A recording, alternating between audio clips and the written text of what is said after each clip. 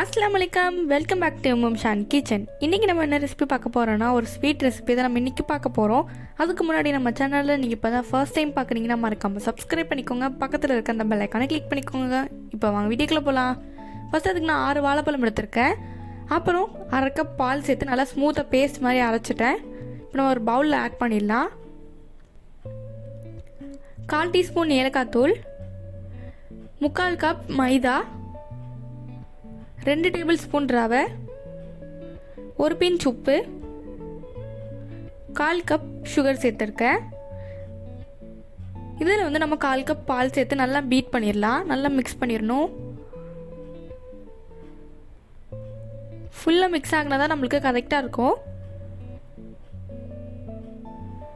இந்த மாதிரி நல்லா ஸ்மூத்தாக மிக்ஸ் பண்ணிவிட்டு ஒரு 5 நிமிஷம் நம்ம அப்படியே ஓரமாக வச்சிடலாம்.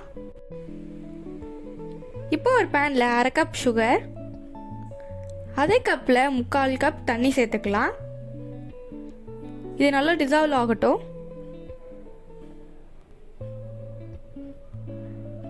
இப்போ நல்லா வந்து கொதிக்க ஆரம்பிச்சிருச்சு. இப்போ நான் 1 பிஞ்ச் அளவு குங்குமப்பூ சேர்த்துருக்கேன்.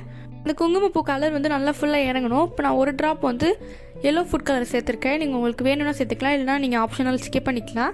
இப்போ எண்ணெய் நல்லா காஞ்சதுக்கப்புறம் நம்ம ஊற வச்சுருந்தாலும் அந்த மாவை வந்து நான் கொஞ்சமாக எடுத்து ஒரே ஷேப்பில் ஊற்ற ட்ரை பண்ணணும். அப்போ தான் எல்லாமே பார்க்கும்போது ஒரே மாதிரி இருக்கும். இப்போ மேலே வந்து நான் எண்ணெயை தெளித்து விட்டுட்டே இருந்தால் மேலே உள்ளதும் வேகும். திருப்பி போடும் போது நம்மளுக்கு அப்போ தான் கரெக்டாக எக்ஸ்ட்ரா அந்த ஷேப் மாறாமல் கரெக்டாக வரும். இது செய்யும் போது வந்து எண்ணெயை வந்து நல்லா மீடியம் ஃப்ளேமில் வச்சுக்கோங்க. இப்போ இந்த கலர் இருந்தால் போதும். இப்போ எண்ணெயை நல்லா வடிச்சிட்டு நம்ம ரெடி பண்ணி வச்சுருந்த அந்த சுகர் சிரப்பில் நம்ம ஆட் பண்ணிடலாம். இதுவும் கொஞ்சம் சூடாக இருக்கணும், சுகர் சிரப்பும் கொஞ்சம் சூடாக இருக்கணும். அப்போ தான் கரெக்டாக இருக்கும். ஜஸ்ட் நீங்கள் 1 மினிட் வந்து சுகர் சிரப்பில் வச்சா போதும். அதுக்கப்புறம் நீங்கள் சர்வ் பண்ணிக்கலாம். அவ்வளோதான், நான் பிளேட்டில் சர்வ் பண்ணிடுவேன். பாருங்கள் எப்படி இருக்குன்னு. இதே மாதிரி நான் எல்லாத்தையும் செஞ்சுட்டேன். பேலன்ஸ் இருக்க அந்த சுகர் சிரப்பை வந்து நம்ம மேலே ஆட் பண்ணிடலாம். இதோட டேஸ்ட் சூப்பராக இருக்கும். ட்ரை பண்ணி பாருங்கள். பெரிய வாழைப்பழமாக இருந்தால் 4 சேர்த்துக்கோங்க, சின்ன வாழைப்பழமாக இருந்தால் 6 சேர்த்துக்கலாம்.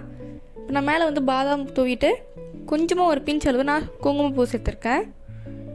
இந்த வாழைப்பழம் நீங்கள் வந்து இனிப்பாக இருக்க வாழைப்பழம் சேர்த்திங்கன்னா இன்னும் சூப்பராக இருக்கும். ட்ரை பண்ணி பாருங்கள்.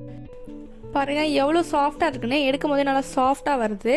இந்த ரெசிபி உங்களுக்கு பிடிச்சிருந்ததுன்னா லைக் பண்ணிக்கோங்க, ஷேர் பண்ணிக்கோங்க. மறக்காமல் நம்மளோட சேனலுக்கு சப்ஸ்கிரைப் பண்ணிக்கோங்க.